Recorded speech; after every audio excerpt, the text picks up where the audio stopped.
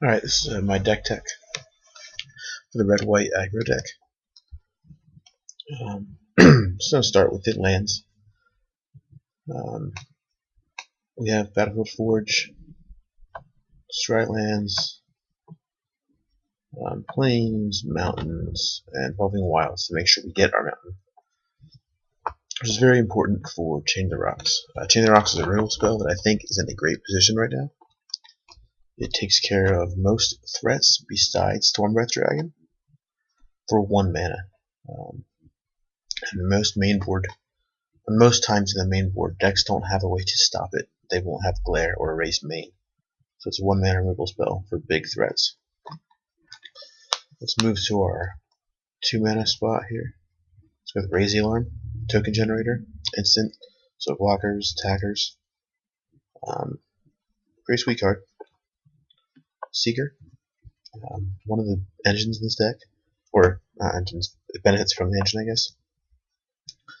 It triggers off 23 spells in the deck. So it's gaining you life, it helps you in racing situations. We have some burn here. We have strike. We have jet. Jet helps smooth out our mana, smooth out our draws. Our mana can be tough sometimes. We want to have a mountain all the time. We want to have white and a red. It also takes care of Rabble Master and Rakshasa Death Dealer and Seeker and guys in Heroic before they can pump them if they're tapped out. It does a lot. It's useful. 3 drops. We have Heliod's Pilgrim, which basically is here to search up Chain the Rocks. That's really the only reason that's in the deck. Can also be suited up by this guy, Eidolon. It's pretty fantastic in this deck. There's a ton of tokens, and also Chain of the Rocks is an aura, so it makes him bigger. There's times where I just pay 3 mana for a 5/5 or 4/4, which is not bad, but most times you bestow him on a Seeker. You trigger the Seeker's prowess. Seeker's is a giant life-linking beast, pretty hard to deal with as well, and it's a lot of fun. I'm glad I can start using this card. I always liked it, just didn't have a great place. Next 3-drop is Rabble Master. Not much to say about him. He's fantastic. He also looks like a Muppet, which is also cool. He makes goblins. He fuels the token, or he adds the tokens. He's just a huge threat on his own against decks like Heroic. He just really can't be stopped, which is awesome. They can't stop him at all. He just gets bigger and bigger, makes more guys, and doesn't go anywhere.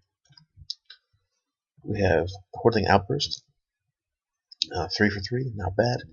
Also fuels our Stokes. Stoke is an insane spell. It's mostly free in this deck, which is a lot of fun. Trigger Seeker. Domes him for 4.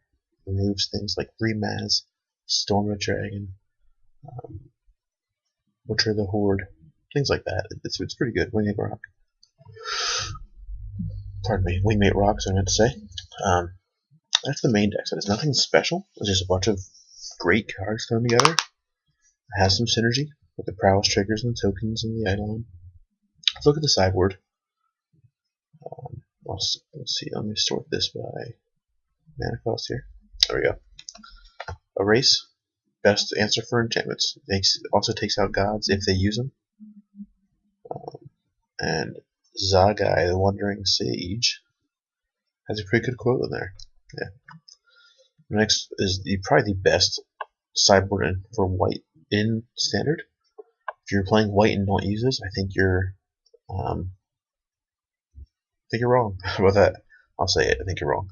It's the best white sideboard card there is. Takes care of Ascendancy, Siege Rhino, Remaz, Butcher the Horde, Heroic guys, auras. It's pretty sweet. 2 mana. I love the artwork. I love the name. I love the flavor text. It's just a sweet card. Next we have Banishing Light, which might come out, and I might put a 4th Glare in and a 4th Griff. But Light, just takes care of more things. Other planeswalkers. There's not many times I really need it or want it though. So Griff also stops Hornet Queen and Siege Rhino.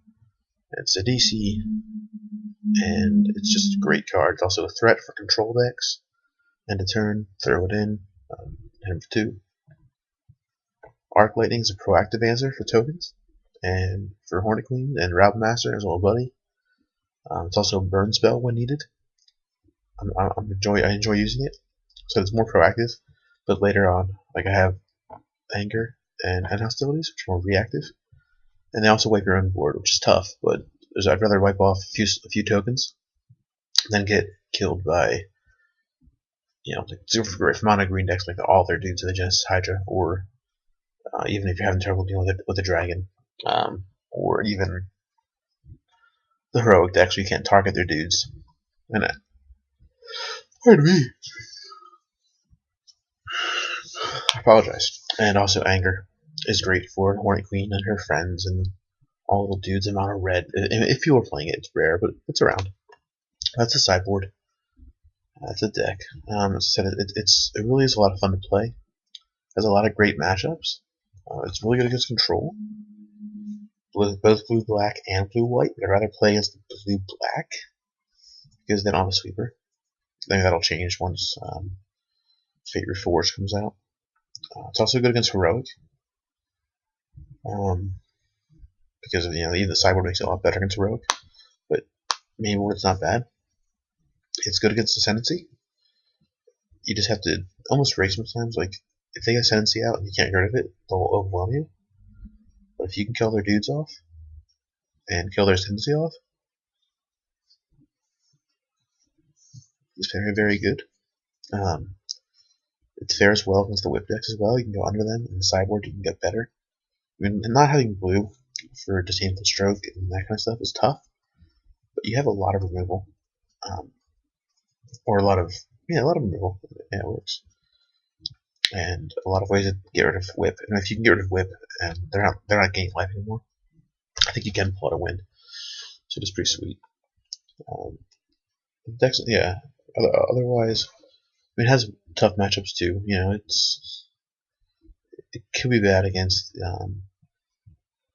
like a Jeskai control deck if they have main board Anger and that kind of stuff, or any deck that main boards Anger would be really hard for this deck. But it's a risk you take. I think Anger's on a down tick. Pardon me.